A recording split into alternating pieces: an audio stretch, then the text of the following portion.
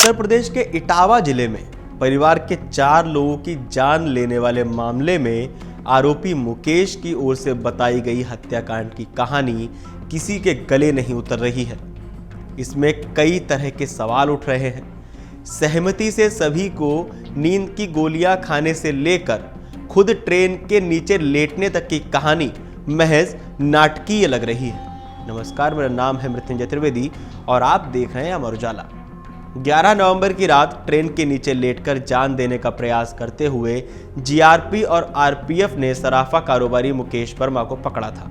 इसके बाद उसकी पत्नी रेखा, बड़ी बेटी भाव्या, काव्या और अभीष्ट की हत्या की जानकारी पुलिस को मिली तो खलबली मच गई। आनन फानन में पुलिस और प्रशासनिक अधिकारी कारोबारी मुकेश के घर पहुंचे।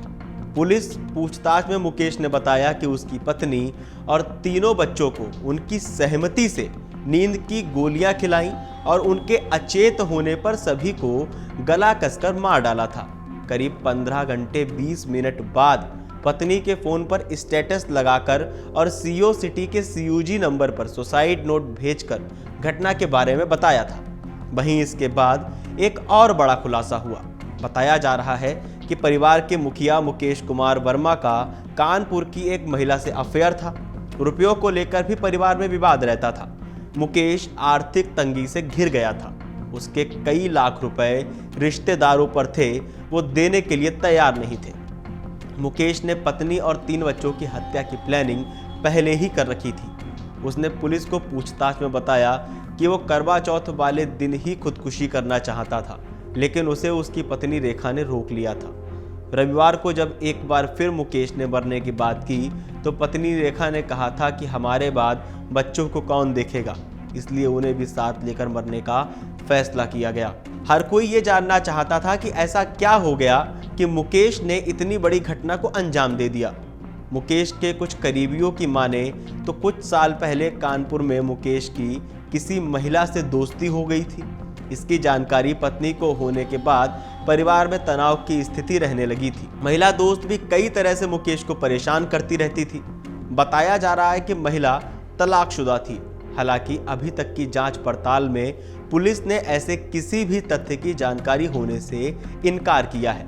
मुकेश की पत्नी रेखा की बहन राखी के पति ने आरोप लगाया कि मुकेश के कानपुर में एक तलाकशुदा महिला से संबंध थे। इसके बारे में रेखा ने कई बार उनकी पत्नी से बात की थी। इसे लेकर कई बार मुकेश और उसकी पत्नी का झगड़ा भी होता था, लेकिन मुकेश नहीं मानता था। इसके साथ ही कई अन्य सवाल भी उठ रहे हैं। ऐसे में ये भी प्रतीत हो रहा है कि कहीं मुकेश ने सोच समझ कर तो इस हत्याकांड को अंजाम नहीं दिया है।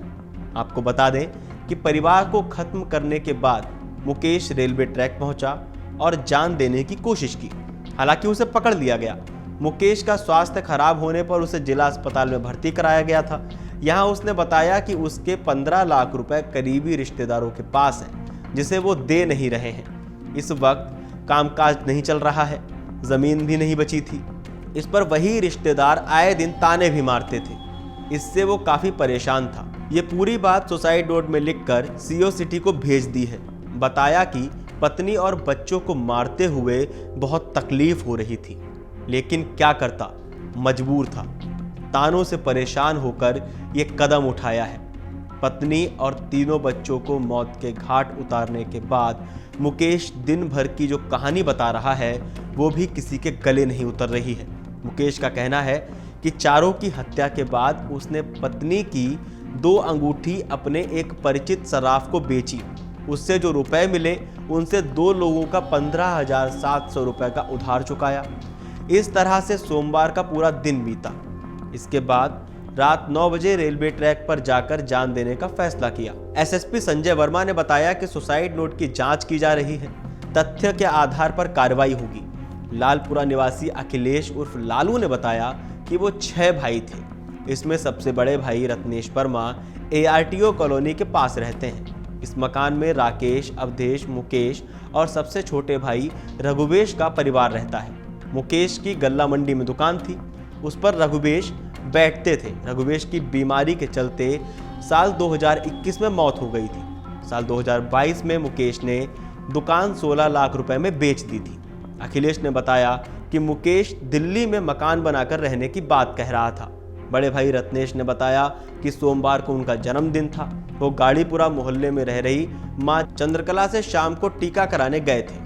शाम करीब 6:23 पर मुकेश ने फोन किया कि वो नीलकंठ मंदिर में थे। इस वजह से वो बात नहीं कर पाए थे। उन्होंने आगे बताया कि मुकेश पैसे से बहुत सक्षम था। वो अपने साथियों के साथ फ्लाइट से भी सफ़र करता था। इस पूरी घटना को लेकर, इस पूरी वारदात को लेकर आपका क्या मानना है? आपको क्या लगता है? हमें कमेंट करके बताइए और देखते रहिए अमर उजाला। अगर आप ये वीडियो YouTube पर देख रहे हैं तो हमारे चैनल को सब्सक्राइब करें और बेल आइकन को दबाना ना भूलें। अगर आप Facebook पर ये वीडियो देख रहे हैं तो हमारे पेज को लाइक करें।